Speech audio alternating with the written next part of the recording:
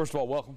Thank you. It's great to be here. I don't think there's any doubt that at the state level and the national level, it's a four-letter word, JOBS, that everybody is talking about. If you continue in the role of Lieutenant Governor, what can you do in that role? What can the state do versus the federal, for that matter, to get people back to work? Sure. Because it seems to me, and I think everybody agrees, we got a job fair here in the Valley today that until that happens, you're not going to see the housing market turn around. You're not going to see anything happen. There's nothing more important than jobs. There's no secret. I, as Lieutenant Governor now, I signed an executive order about 3 weeks ago that expedited a project in the city of Oakland that created 8,000 new jobs. That was just one example of what we can do in the executive level via an executive order to expedite. But what can I do as Lieutenant Governor? I'm the chairman of the California Commission on Economic Development, which is in charge of finding and creating jobs, promote California small businesses, expedite the permitting process, put some strike teams in place where we can reach out to businesses that are thinking of leaving, and obviously the most important thing is coordinating county, city, and local and federal government. Because right now we're not coordinated. And I've been working on it. Yeah. And it seems to me it's not just a question of jobs, it's good jobs, it's permanent jobs. Well, the new sector that's coming in my 6 months as Lieutenant Governor, I must say that all the money that I've seen that's come into our state has been in the green technology sector, whether it be in solar, renewable energy, wind, tax credit, particularly big out here. Big, and I'm a member of the State Lands Commission, and one of the reasons that we've been in the desert quite some time is because some of the last properties that are owned by the state of California are here in the desert. And what we're seeing is a lot of capital trying to come into California to put solar and renewable energy plants here in the desert to create more energy. Let's switch to education in your role of Lieutenant Governor, and should you continue that, that's a terribly big part of it too. There are growing concerns. We have one of our 3 school districts in this state that just announced kids will go to school 5 days fewer next year. All a budget matter. Teachers say that's not a good idea. You're taking 5 days away, but it's a way to, to balance the budget or at least improve it. Where do you think we stand? I'm talking secondary education right now in this state, and what needs to be done to, quite honestly, raise it up, because we're not where we should be. I think you'll agree with that. We're definitely not where we need to be, and we're definitely not at the national average on what we're spending per pupil per child, and we're definitely not paying our teachers enough. Our teachers are the architects of our kids' future, and we're not paying them enough. I know that. I'm talking about good teachers. And we have to find a process where good teachers get rewarded, and teachers that aren't doing as well need to find maybe another avenue of work. How do you do that? Well, you need to go to Sacramento, and you need to fight for it and continue to fight for it. There's some very powerful special interest groups up there in Sacramento that don't allow you to do that. But let's just get back to the question on education. What can we do? The first thing we need to do is fix Sacramento, because as long as Sacramento continues to be partisan and continues to be broken and continues to have 100-day late budgets, there's no certainty for schools. Schools don't have the infrastructure in place to continue to operate. They do their budgets. We do our budgets 100 days late. They got to come back and open it. Number one. Number two, we have to have an order of who runs schools in California. Is it the governor? Is it the superintendent of public instruction?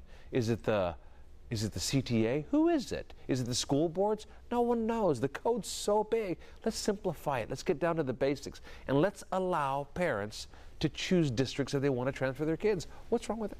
You said fix Sacramento. Basic question. Is Sacramento even fixable? Yes, and I've been working on that. Proposition 11, which was very important a couple of years ago, the voters passed it, which is redistricting. The voters have put in place a citizens commission to redistrict the districts of the politicians. See, in the past, the politicians choose the voters, so that's been passed, number one. Number two, I'm the author of Proposition 14, which is the open primary, just passed by the voters. I want people in Sacramento who are reasonable, who are open-minded, and who are pragmatic, and stop this notion of growing political parties and start focusing on growing California's economy. Speaking of growing, where do you stand on Prop 19? I'm a farmer, but you don't farm that, right? No, we don't farm that. I'll be voting no on Proposition 19, and the reason is pretty simple. Number one, this notion that politicians can't get their act together in Sacramento and they need more tax revenue. Go get high, California. We need more money. We're going to legalize it and tax it. That's, I think, absurd, number one. Number two, this notion that every county gets to tax marijuana on a different level. 58 counties taxing pot, one county to the other. I think it's the wrong way to go. I think the Narcotics Association has said it, all law enforcement has said it, Crimes Victims United groups have said it, so I hope it fails.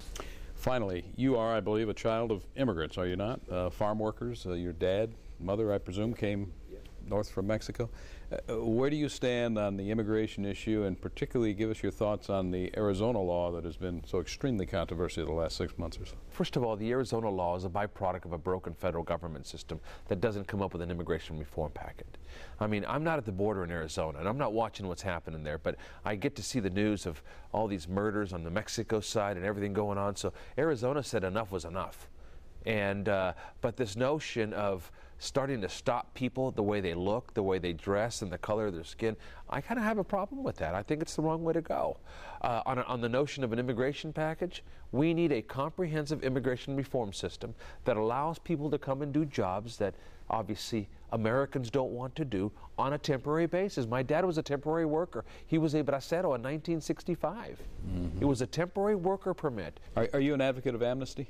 No, I think amnesty will hurt our country because the last person that gave amnesty in America was Ronald Reagan. I didn't think it was the way to go. I think we ought to do is have a temporary worker permit. If you're a good temporary worker for 3 or 4 years, you apply for a green card, like my father did.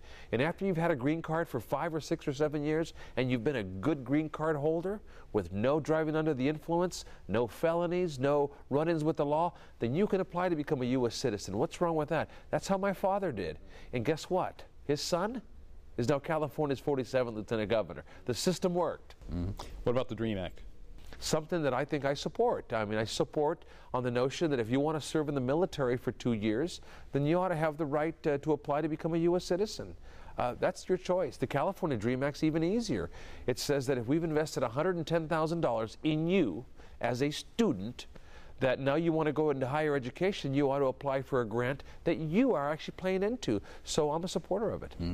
I said finally, but give me your 30 seconds here to wrap it up. Why voters on November 2nd here in the Valley in particular should vote for you and not Gavin Newsom? Well, I think it's a style of leadership. My style of leadership is bring Republicans, Democrats, independents, decline to states, put them in a room, and let's come up with something that we can all agree to move forward. Gavin Newsom thumbs his nose at the law and says, whether you like it or not, this is what I'm going to do, and he does everything under executive order. And his policy on sanctuary city policy in San Francisco is one that is horrible. 3 people were murdered because he didn't deport convicted illegal immigrant felons. That must stop. It's unacceptable in California, and actually is hurting an immigration reform system. Mr. Maldonado, I wish you the best in a couple of weeks. Thank you.